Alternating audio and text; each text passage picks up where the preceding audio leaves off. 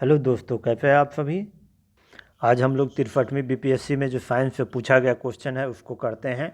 चलिए, क्योंकि ये जो है वो हर एक एग्ज़ाम के लिए बहुत ही कारगर है दोस्तों। तो चलिए शुरू करते हैं। पहला क्वेश्चन है 63वीं बीपीएससी का क्वेश्चन है दोस्तों, ये सारा आपको। चलिए, पहला क्वेश्चन है, ब्रोमीन होता है, पहला ऑप्शन है आपके पास रंगहीन गैस, दूसरा ऑप्शन है भूरी ठोस, तीसरा ऑप्शन है अत्यंत ज्वलनशील गैस, चौथा ऑप्शन है लाल द्रव्य और पांचवा ऑप्शन है उपयुक्त में से कोई नहीं, उपयुक्त में से एक से अधिक। तो आपको बताना है दोस्तों। तो चलिए, इसका आंसर हम लोग देखते हैं। तो ब्रोमीन होता है, तो ब्रोमीन लाल द्रव्य होता है। इसके बारे में थोड़ा सा देख लेते हैं। ब्रोमीन जिसका होता है Br का, कमरे के तापमान पर एक लाल भूरा तरल है जो समान रूप से रंगीन गैस बनाने के लिए वाष्पित हो जाता है। इसके गुण क्लोरीन और आयोडीन के बीच मध्यवर्ती होता है। यह तीसरा हल्का हैलोजन है। ठीक ना। चलिए नेक्स्ट क्वेश्चन की तरफ बढ़ते हैं। अगला क्वेश्चन है, देख सकते हैं। क्वेश्चन कह रहा है वेल्डिंग में प्रयोग होने वाली गैस है, वेल्डिंग में प्रयोग होने वाली गैस है। पहला ऑप्शन है आपके पास ऑक्सीजन तथा हाइड्रोजन, दूसरा ऑप्शन है ऑक्सीजन तथा नाइट्रोजन, तीसरा ऑप्शन है ऑक्सीजन तथा एसिटिलीन, चौथा ऑप्शन है हाइड्रोजन तथा एसिटिलीन और पांचवा ऑप्शन है उपरोक्त में से कोई नहीं, उपयुक्त में से एक से अधिक। तो आपको बताना है दोस्तों। तो चलिए, इसका आंसर हम लोग देखते हैं। इसका आंसर होगा ऑक्सीजन तथा एसिटिलीन, ऑक्सीजन तथा एसिटिलीन। ठीक है। चलिए नेक्स्ट क्वेश्चन की तरफ बढ़ते हैं। अगला क्वेश्चन है, देख सकते हैं। क्वेश्चन कह रहा है गैल्वेनाइज्ड लोहे के पाइप पर परत होती है, गैल्वेनाइज्ड लोहे पर के पाइप पर परत होती है। पहला ऑप्शन है आपके पास जस्ते की, दूसरा ऑप्शन है पारे की, तीसरा ऑप्शन है लेड की और चौथा ऑप्शन है क्रोमियम की और पांचवा ऑप्शन है उपयुक्त में से कोई नहीं, उपयुक्त में से एक से अधिक। तो आपको बताना है दोस्तों। तो चलिए, इसका आंसर हम लोग देखते हैं। तो इसका आंसर होगा दोस्तों जस्ते की। किसकी? जस्ते की। जस्तीकरण या गैल्वेनाइजिंग जंग को रोकने के लिए स्टील या लोहे पर सुरक्षात्मक जिंक कोटिंग लगाने की प्रक्रिया है। सबसे आम विधि गर्म डुबकी गैल्वेनाइजिंग है, जिसमें वस्तु को पिघले हुए जिंक के घोल में डुबा दिया जाता है, तो हो जाता है। चलिए नेक्स्ट क्वेश्चन की तरफ बढ़ते हैं। अगला क्वेश्चन है, देख सकते हैं। कह रहा है कपड़े साफ करने में प्रयोग होने वाली डिटर्जेंट है, कह रहा है कपड़े साफ करने में प्रयोग होने वाली डिटर्जेंट है। चलिए, आपके पास ऑप्शन है कार्बोनेट, दूसरा सेकेंड ऑप्शन है बाइकार्बोनेट, थर्ड ऑप्शन है बिम्सथेट, फोर्थ ऑप्शन है सल्फोनेट और फिफ्थ ऑप्शन है उपयुक्त में से कोई नहीं, उपयुक्त में से एक से अधिक। तो इसका आंसर बताना है दोस्तों। तो चलिए, इसका आंसर हम लोग देखते हैं। तो इसका आंसर होगा सल्फोनेट, सल्फोनेट। इसके बारे में थोड़ा हम लोग जानते हैं। डिटर्जेंट के 4 मुख्य वर्ग हैं, ठीक है। सल्फोनेट्स, फेनेट्स, सैलिसिलेट्स और फॉस्फोनेट्स। ठीक है दोस्तों। चलिए दोस्तों, नेक्स्ट क्वेश्चन है। नेक्स्ट क्वेश्चन, अगला क्वेश्चन हम लोग देखते हैं। अगला क्वेश्चन देख सकते हैं, आपके पास है। क्वेश्चन कह रहा है वह तत्व जो मानव पसीने के माध्यम से उत्सर्जित होता है, वह तत्व जो मानव पसीने के माध्यम से उत्सर्जित होता है। पहला ऑप्शन है आपके पास गंधक, दूसरा ऑप्शन है लोहा, तीसरा ऑप्शन है मैग्नीशियम और चौथा ऑप्शन है जस्ता, पांचवा ऑप्शन है उपयुक्त में से कोई नहीं, उपयुक्त में से एक से अधिक। तो आपको बताना है दोस्तों। तो चलिए, इसका आंसर हम लोग देखते हैं। तो इसका आंसर होगा दोस्तों मैग्नीशियम। क्या होगा? मैग्नीशियम। ठीक है। चलिए नेक्स्ट क्वेश्चन की तरफ बढ़ते हैं। अगला क्वेश्चन है, देख सकते हैं। कह रहा है नीला थोथा रासायनिक रूप से है, नीला थोथा रासायनिक रूप से है। पहला ऑप्शन है सोडियम सल्फेट, दूसरा ऑप्शन है निकल सल्फेट, थर्ड ऑप्शन है कॉपर सल्फेट, फोर्थ ऑप्शन है आयरन सल्फेट और फिफ्थ ऑप्शन है आपको उपयुक्त में से कोई नहीं, उपयुक्त में से एक से अधिक। तो इसका आंसर बताना है दोस्तों। तो चलिए, इसका आंसर हम लोग देखते हैं। इसका आंसर होगा कॉपर सल्फेट। नीला थोथा का रासायनिक नाम कॉपर सल्फेट। नीलत होता है कॉपर सल्फेट, जिसका रासायनिक नाम होता है CuSO4 × 5H2O।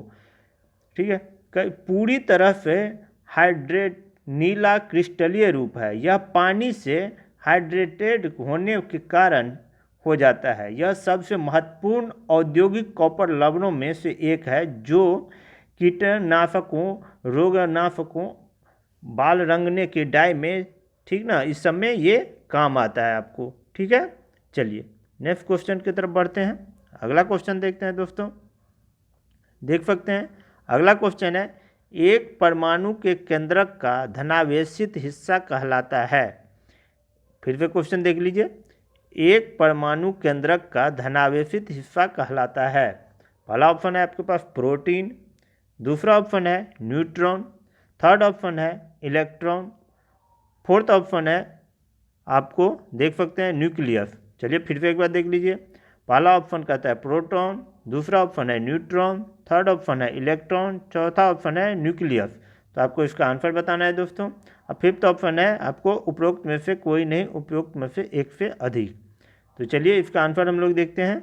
इसका आंसर होगा दोस्तों आपको न्यूक्लियस। क्या होगा? न्यूक्लियस। ठीक है, चलिए नेक्स्ट क्वेश्चन की तरफ बढ़ते हैं दोस्तों।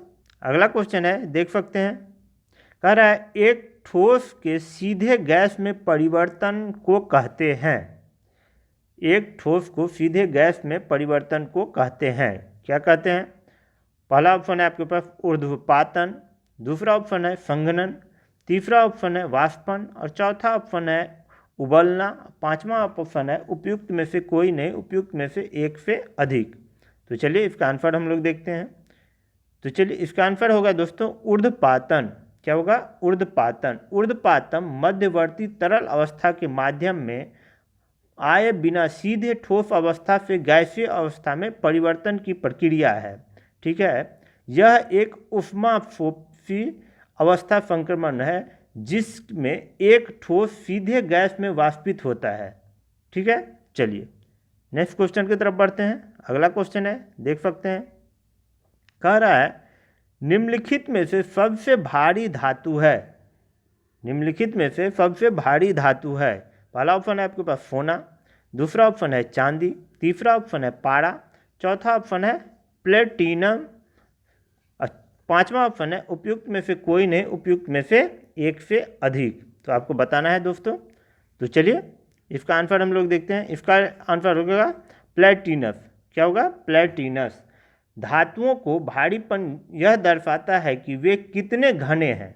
ठीक है, यानी ठोस रूप में उनके परमाणुओं को कितना कस कर भरा गया है, उनके भारीपन को घनत्व से मापा जाता है। ठीक है, चलिए नेक्स्ट क्वेश्चन की तरफ बढ़ते हैं। अगला क्वेश्चन है आपके सामने में, देख सकते हैं, स्टेनलेस स्टील एक मिश्र धातु है। कह रहा है क्वेश्चन, स्टेनलेस स्टील एक मिश्र धातु है। पहला ऑप्शन है लोहे और निकल की, दूसरा ऑप्शन है लोहे और क्रोमियम की, तीसरा ऑप्शन है तांबे और क्रोमियम की, चौथा ऑप्शन है लोहे और जस्ते की, पांचवा ऑप्शन है उपयुक्त में से कोई नहीं, उपयुक्त में से एक से अधिक दोस्तों। ठीक है, तो इसका आंसर आप लोग को बताना है। तो इसका आंसर जो होगा दोस्तों, चलिए हम लोग देखते हैं इसका आंसर। तो दोस्तों चलिए इसका आंसर हम लोग देखते हैं। तो इसका आंसर होगा उपयुक्त में से कोई नहीं, उपयुक्त में से एक से अधिक। एक्चुअली स्टेनलेस स्टील का न्यूनतम जो होता है वो 10.5 क्रोमियम के साथ लोहे के मिश्र धातु है। ठीक ना, इसमें जो है मेन कार्बन भी मिलाया जाता है, नाइट्रोजन भी मिलाया जाता है, इसीलिए इसका जो आंसर होगा वो पांचवा होगा। ठीक है, चलिए नेक्स्ट क्वेश्चन की तरफ बढ़ते हैं। अगला क्वेश्चन देख सकते हैं, आपके सामने है, टूटी हुई हड्डियों की रक्षा के लिए प्लास्टर ऑफ पेरिस का प्रयोग होता है। पहला ऑप्शन है, यह है क्या? पहला ऑप्शन है बुझा हुआ चूना, दूसरा ऑप्शन है कैल्शियम कार्बोनेट, तीसरा ऑप्शन है कैल्शियम ऑक्साइड, चौथा ऑप्शन है जिप्सम, पांचवा ऑप्शन है आपको उपयुक्त में से कोई नहीं, उपयुक्त में से एक से अधिक। दोस्तों तो इसका आंसर आप लोगों को बताना है। तो देख सकते हैं, फिर से क्वेश्चन एक बार देख लीजिए। कह रहा है टूटी हुई हड्डियों की रक्षा के लिए प्लास्टर ऑफ पेरिस का प्रयोग होता है। यह है क्या है? तो चलिए इसका आंसर हम लोग देखते हैं। तो इसका आंसर होगा दोस्तों जिप्सम। क्या होगा? जिप्सम। पेरिस का प्लास्टर त्वरित स्थापित होने वाला जिप्सम प्लास्टर है जिसमें एक बारीक सफ़ेद पाउडर मतलब जो होता है आपको कैल्शियम सल्फेट हेमीहाइड्रेट होता है जो गीला होकर सूखने के बाद कड़ा हो जाता है, ठीक ना। इसी को जो है जब प्लास्टर किया जाता है तो उसमें डाला जाता है। चलिए नेक्स्ट क्वेश्चन की तरफ बढ़ते हैं। अगला क्वेश्चन है, देख सकते हैं आप। कह रहा है एक हाइड्रोकार्बन जिसमें कार्बन के 2 परमाणु द्विबंध द्वारा जुड़े हो कहलाते हैं। एक हाइड्रोकार्बन जिसमें कार्बन के 2 परमाणु द्विबंध द्वारा जुड़े हो कहलाता है। पहला ऑप्शन है आपके पास, देख सकते हैं। कह रहा है एल्केन, दूसरा ऑप्शन है एल्कीन, तीसरा ऑप्शन है एल्काइन, चौथा ऑप्शन है आयनिक बंध और पांचवा ऑप्शन है उपयुक्त में से कोई नहीं, उपयुक्त में से एक से अधिक। दोस्तों तो चलिए इसका आंसर हम लोग देखते हैं। तो इसका आंसर होगा दोस्तों एल्कीन। क्या होगा? एल्कीन। एल्कीन ऐसे हाइड्रोकार्बन होते हैं जिसमें कार्बन का द्विबंध होता है, ठीक है। चलिए नेक्स्ट क्वेश्चन की तरफ बढ़ते हैं। अगला क्वेश्चन देख सकते हैं। कह रहा है सिरके का रासायनिक नाम है। कह रहा है सिरके का रासायनिक नाम है। पहला ऑप्शन है मेथेनॉल, दूसरा ऑप्शन है एथेनॉल, तीसरा ऑप्शन है आपको एसिटिक अम्ल, चौथा ऑप्शन है एथिल एसिटिक और पांचवा ऑप्शन है उपयुक्त में से कोई नहीं, उपयुक्त में से एक से अधिक। तो चलिए इसका आंसर हम लोग देखते हैं दोस्तों। तो इसका आंसर जो होगा एसिटिक अम्ल होगा। क्या होगा? एसिटिक अम्ल।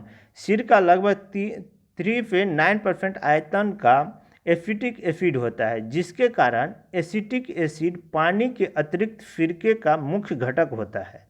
एसिटिक एसिड जिसे एथाइनोइक एसिड भी कहा जाता है, ठीक ना।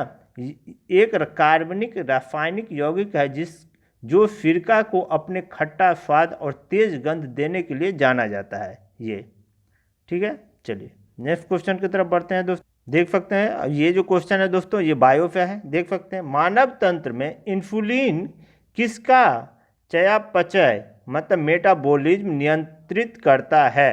पहला ऑप्शन है आपके पास वसा का, दूसरा ऑप्शन है कार्बोहाइड्रेट, तीसरा ऑप्शन है प्रोटीन, चौथा ऑप्शन है न्यूक्लिक अम्ल, पांचवा ऑप्शन है उपयुक्त में से कोई नहीं, उपयुक्त में से एक से अधिक। आपको बताना है दोस्तों। तो चलिए इसका आंसर हम लोग देखते हैं। तो इसका आंसर होगा दोस्तों कार्बोहाइड्रेट। क्या होगा? कार्बोहाइड्रेट, ठीक है। नेक्स्ट क्वेश्चन की तरफ बढ़ते हैं। अगला क्वेश्चन हम लोग देखते हैं। देख सकते हैं अगला क्वेश्चन कह रहा है निम्नलिखित में से एंटीबायोटिक है। पूछ रहा है निम्नलिखित में से एंटीबायोटिक है। पहला ऑप्शन है आपके पास पेनिसिलिन, दूसरा ऑप्शन है एस्पिरिन, तीसरा ऑप्शन है पैरासीटामोल, चौथा ऑप्शन है सल्फाडायाजिन और पांचवा ऑप्शन है उपयुक्त में से कोई नहीं, उपयुक्त में से एक से अधिक। तो आपको इसका आंसर बताना है दोस्तों। तो चलिए इसका आंसर हम लोग देखते हैं। तो इसका होगा आंसर पेनिसिलिन। क्या होगा? पेनिसिलिन। पेनिसिलिन पेनिसिलियम फफूंद से बनाई गई सबसे व्यापक रूप से उपयोग किए जाने वाले एंटीबायोटिक एजेंटों में से एक है। यह 1928 में स्कॉटिश वैज्ञानिक अलेक्जेंडर फ्लेमिंग द्वारा खोजी गई थी, ठीक है। ये पूछ सकता है तो इसीलिए इसको याद रखिएगा कब, 1928 में फ्लेमिंग द्वारा, ठीक है। चलिए ये लास्ट क्वेश्चन है आज का, देख लेते हैं हम लोग। देख सकते हैं कह रहा है निम्नलिखित में से कौन सा मुख्यतः कार्बोहाइड्रेट है। कह रहा है निम्नलिखित में से कौन सा मुख्यतः कार्बोहाइड्रेट है। पहला ऑप्शन है आपके पास गेहूँ, दूसरा ऑप्शन है जौ, तीसरा ऑप्शन है चावल, चौथा ऑप्शन है मक्का, पांचवा ऑप्शन है उपयुक्त में से कोई नहीं, उपयुक्त में से एक से अधिक। तो चलिए इसका आंसर हम लोग देखते हैं। तो इसका आंसर है दोस्तों चावल। क्या है? चावल होगा इसका आंसर, ठीक है। चलिए आज के लिए इतना ही दोस्तों, फिर हम लोग नेक्स्ट रोज जो है वो नया वीडियो लेके आएंगे 64वीं बीपीएससी का, जो भी क्वेश्चन साइंस से पूछा गया रहेगा उसको लेकर के। तब तक के लिए धन्यवाद। आप लोग इस चैनल को सब्सक्राइब कर लीजिए, लाइक कर दीजिए, शेयर कर दीजिए। Thank you. जय हिंद।